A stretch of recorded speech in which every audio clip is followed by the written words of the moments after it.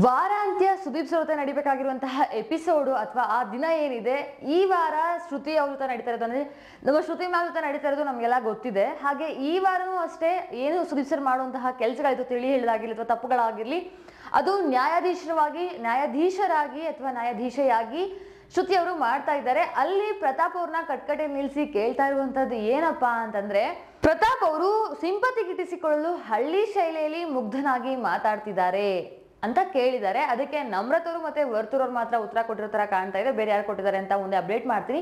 ಅಲ್ಲಿ ನಮ್ರತ್ ಅವ್ರು ಹೇಳ್ತಾರೆ ಹೌದು, ಏನು ರೂರಲ್ ಅಥವಾ ಹಳ್ಳಿಯ ಒಂದು ವೀಕ್ಷಕರನ್ನ ಸೆಳೆಯೋಕ್ಕೋಸ್ಕರ ಅವ್ರು ಮಾಡ್ತಿರುವಂತಹ ಸ್ಟ್ರಾಟಜಿ ಇದು ಅಂತ. ಸೊ ಇದ್ರ ಬಗ್ಗೆ ಮಾತಾಡ್ಬೇಡ.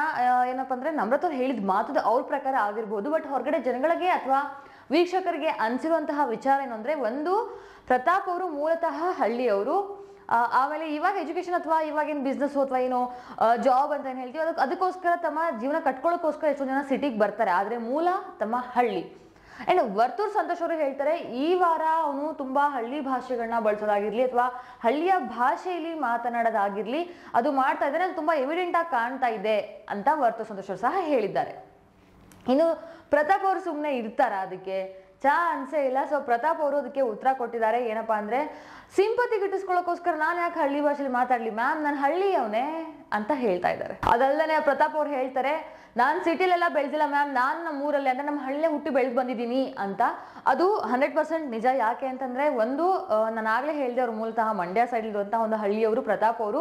ಎಲ್ಲೋ ಒಂದ್ ಕಡೆ ಕೆಲವೊಂದಿಷ್ಟು ಅನಿವಾರ್ಯ ಕಾರಣಗಳಿಂದ ಆಗ್ಲಿ ಅಥವಾ ನಮ್ಮ ಎದುರುಗಡೆ ನಿಂತ್ಕೊಂಡವರು ಅದೇ ಭಾಷೆನ ಮಾತಾಡ್ತಾ ಇರಬೇಕಾದ್ರೆ ಬೇರೆ ಭಾಷೆ ಜೊತೆ ನಮ್ಮ ಭಾಷೆ ಮಿಕ್ಸ್ ಆದಾಗ ಕೆಲವೊಂದು ಸರ್ತಿ ನಮ್ಮ ಭಾಷೆಯ ಶೈಲಿ ಏನಿರುತ್ತೆ ಅದು ಬದಲಾಗಿರುತ್ತೆ, ಹಳ್ಳಿಯ ಭಾಷೆ ಬರ್ತಿರಲ್ಲ.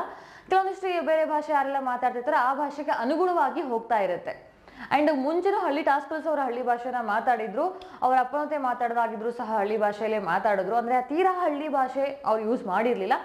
ಈಗಲೂ ಅಷ್ಟಾಗಿ ಅವರು ಆಡಿಯನ್ಸ್ನ ಅಂದ್ರೆ ಹಳ್ಳಿಯ ವೀಕ್ಷಕರನ್ನ ಸೆಳೆಯೋಕ್ಕೋಸ್ಕರ ಮಾಡ್ತಾ ಇದ್ದಾರೆ ಒಂದು ಸ್ಟ್ರಾಟಜಿ ಅಂತ ಇನ್ನು ನಮ್ರತ ಅವ್ರು ಹೇಳಿದ್ರು.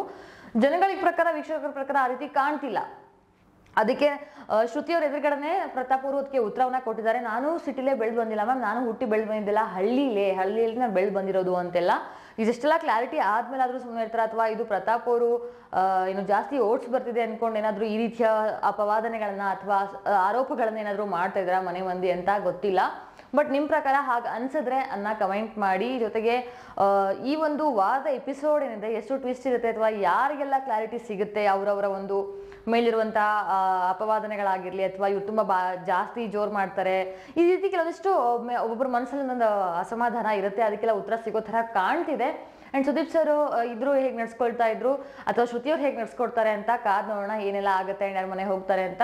ಈ ವಿಡಿಯೋ ಇಷ್ಟ ಆಗಿದ್ರೆ ಲೈಕ್ ಮಾಡಿ, ಶೇರ್ ಮಾಡಿ ಅಂಡ್ ಮುಂದಿನ ವಿಡಿಯೋಗೋಸ್ಕರ ನಮ್ಮ ಚಾನಲ್ನ ಸಬ್ಸ್ಕ್ರೈಬ್ ಮಾಡ್ಕೊಳ್ಳಿ. ಈ ವಿಡಿಯೋ ಇಷ್ಟ ಆಗಿರುತ್ತೆ ಅಂತ ಭಾವಿಸ್ತಾ ಈ ವಿಡಿಯೋನ ಇಲ್ಲೇ ಮುಗಿಸ್ತಾ ಇದ್ದೀನಿ. Thank you for watching. Stay safe and stay happy.